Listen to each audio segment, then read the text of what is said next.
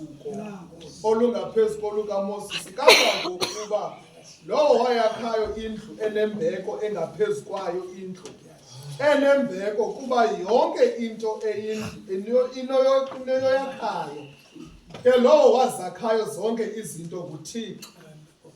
Okunene uMoses ebethembekile endlini yakhe iphele ngokomkhonzi ukuze kube ubungqina obo bezinto eziyakuthethwa.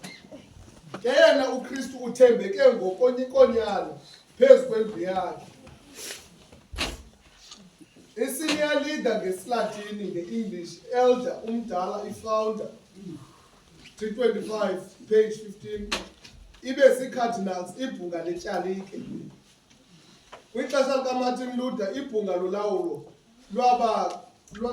lwalingabagadi bebandla, indlu yeengwevu esiXhoseni. uChief Archbishop eKorinte nguPaulos Festusokunike, inkosi yohla inelizwi lesiphathazithunywa, Archangel, lacatshulwa khona eli gama lithi arch.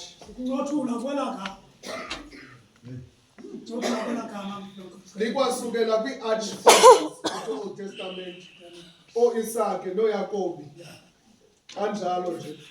Exodus 28 verse 1, oyintloko obalulekileyo obakhulu babebizwa ngazo i-archfathers.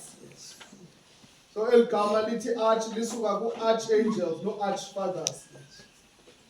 Page 16 kumthi kwintlango yaseSinayi, umthabathe phakathi koonyana bakaSirayeli abe ngumlingeleli obalulekileyo esiXhoseni. Overseer ngesiLatini, bishop, presbyterios ngesiGrike, oobhishophu baseYerusalem nabaseRoma nabaseKorinte bamiswa ngabapostile kwiibhrentshi zonke.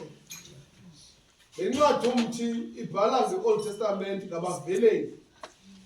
uEzra yena umbhali eYerusalem ngo-460 ubhala le ncwadi ye-2 Kronike 34 verse 12 ithi, madoda lawo ebesebenza kulo mzi, abaphathi boonyana babaLevi.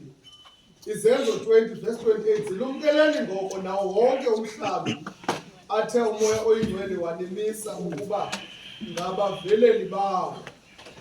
Umoya oyingcwele athe wanimisa ukuba ngabaveleli bawo, ukuba nilaluse ibandla likaThixo, awazizuzelayo uThixo ngelile lakhe igama.